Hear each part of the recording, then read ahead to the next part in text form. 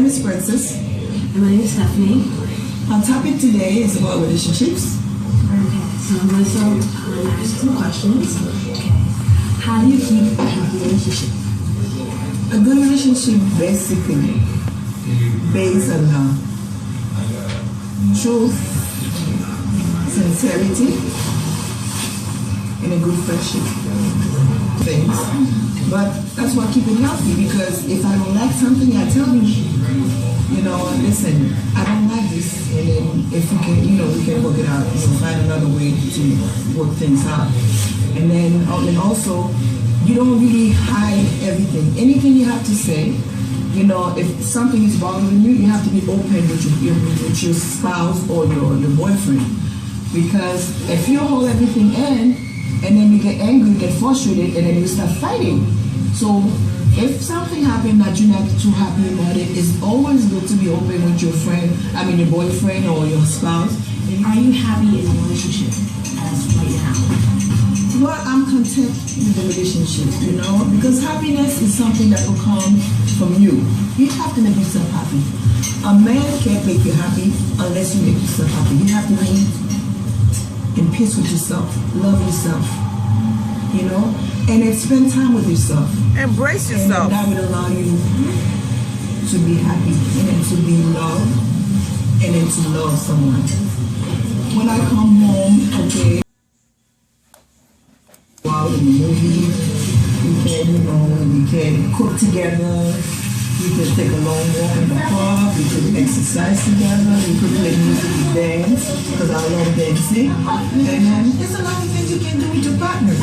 And it doesn't mean that you have to cook every day, because in Haitian community, while you're cooking, and your spouse or your boyfriend or your friend will be sitting, in the kitchen, we can just cook together and talk and, just stuff like that. That will just keep you going, You don't feel like it's just like you to please your spouse or your boyfriend. It's just like it's a fun for both of us to just sit and then just enjoy the cooking and relax. And then that really spend time together like that. It's a good time. Do you feel that sex is becoming sort of an issue between you and husband? Okay, a lot of time it does, because some people want to have sex every day, and then some don't. It depends on everybody. Some people just like if you have a long day, and then you don't feel like, although that sex is a part of relaxation, is a therapy. But I think that both have to agree to do it, because it's not just because you want to do it, you just jump in and then jump in the bed and want me to do it. And then in the meantime, I'm not ready. So both of us have to be ready to do it. That's how we enjoy each other. Okay? That's how when a man is taking advantage of you, or any woman. Okay. This is a very touchy question. A lot of time, in my point of view, from experience, I think a lot of time a woman is when you're too much in love and you don't see a lot of things, you don't see if somebody's taking advantage of you. If you, let's say for example, you're giving 50%, you're giving 50% and the man is giving 20%. And then, it's very, and I think it's not fair, because we're supposed to be equal in everything. So, and then if you, let's say, you're working extra hours and your man is you're doing 16 or 12 hours a day, and your man is only putting like 6 hours or 5 hours, and then you just go out and hang out with the friends, or just stay home. And I think it's just like the man is taking advantage of you. And another thing, I think a woman should be falling in love with you. You don't see when the person taking advantage. And if you're doing too much in the relationship, and then I think the person is taking advantage of you. And then it's a time to put a stop on it. Because I don't intend to let anybody take advantage of me. Relationship. How often do you have time for your friends? Being around friends, and just relax away from your spouse for a while? Okay. You make time for your friends. It's the same way your spouse or your boyfriend makes time for his friends, because It's what you call the boys' night, or the boys' evenings, or the men evenings, or the women evenings, because you create time. Let's say, okay, honey, I'm going out with my friends this evening, going to a movie, or we're going, like we're going to a little party and stuff like that. It's just the woman hanging out.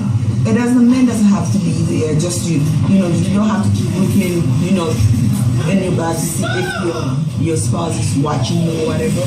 Because it's like we believe in each other, honey. I gotta go somewhere. I gotta go with my friends. Okay, let's say we're going shopping. Sometimes you have a friend say, okay, I'm going to the supermarket. Would you like to come? And then we just not gonna hang out. While we're in the supermarket, we can talk about basically about what's going on and stuff like that. You don't have to really tell your friends everything that is going on in your relationship. But there's certain things that we can discuss.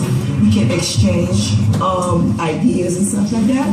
And I think it's good. And sometimes, it's good to vent, because when you hold everything back and then you get frustrated, and it's just like a lot of time you lose control. So it's always to have a good friend, not friends that will just take your business and then spread it all around the neighborhood or the job or whatever. A friend that really can talk to, it stays between us.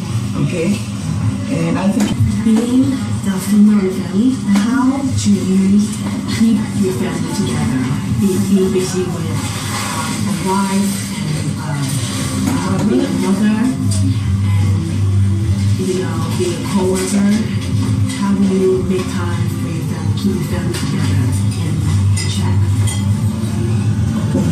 Number one, in the family is always conflict, it's always a little problem. Sometimes it can be from your sons, your daughter, because a lot of time, as a young adult, you can get married once or twice or 3-4 times, And then it's just like the child, if you bring in somebody new, it's always an issue. So what you do is just you're trying to be in the middle. Because you love your children, you love your spouse, or you love your family or whatever. So you just like just try to keep it equal in a way. And then if there's a problem, you try to talk it, just get on the table, just while you're on the table eating, you can discuss, talk about the problem, and then have a meeting and decide how we're gonna work it out. Because if we don't talk, there's no way that you can stop the problem. What do you do in a relationship with on the box? There's a lot of things you can do. Communication is the key. Okay, you have to communicate. We have to talk. We have to make time to talk to each other. We have to discuss issues. And then you don't wait until things get bad, and that's when you wanted to talk about it. As soon as you discover there's a problem, then you bring it out, you put it on the table, say, listen, this is a problem here, so we have to solve it. And then, and don't be afraid to discuss it. Because a lot of times, a lot of women, they are afraid to talk to the spouse or the boyfriend about issues if it's a problem. Because you have to be open and then able to talk about everything. If it's sexually, if it's financially, if it's, anything. So I think key is a good communication skill, and that will help you to keep your relationship going. If the spouse doesn't want to make it work, how do you come together as two people as one to make a relationship work? A relationship is like two-way street. Find a way. If there's no way, then you have to let it go. A lot of times it's very hard. It's really, really hard to let go of somebody you love and care for. But if there's no hope, then I think before you let it go, you seek for counseling, you discuss it, you talk to other professional, you also seek for professional help, and if it can't work, then to let it go. The thing is to seek for, you go to church, you ask God for guidance. You go, you pray, and if it's God will for the relationship to work out, and God will make a way. You know, He'll make it work. But if there's no way, a lot of time, even God will see that if it's not for you. So you have to let go, okay? And then don't hold on to it, and then you'll get yourself stressed and end up with hypertension or diabetes and all kind of sickness and cancer, because stress will create a lot of sickness. So if you feel like the relationship is not healthy enough, just seek for professional help. And then God, and seek for it, and then you'll find a solution. Pray about it, the counseling, and things between you are not working. How do you gently break it off or just end the relationship? Well, it depends how deep you guys are in the relationship. Like you're married, your spouse, and then so a lot of time if you have children, so you have to make arrangement how to see your children, how to keep, family connection, how to, like communicate in a way if there's a problem. And being that you not with somebody, you broke up with somebody, that doesn't mean you have to be enemies. You could still stay, could be stay as friends and stuff. You could just discuss, talk, and do things. And then if it comes to divorce and you have to divorce, then you divorce, and you have to let go. So why keep it going? Because it's too much frustration. So it's just like we could break up and then still spread. We could keep us relationships, and I hope you got something from it, and I hope you enjoyed the video, and hopefully that our discussion give you a point of view on relationships. And then if there was some area of your life was sleeping, you will get the wake-up call. And it's been a pleasure again to entertain you, and have a pleasant evening. And this is myself, Princess Stephanie.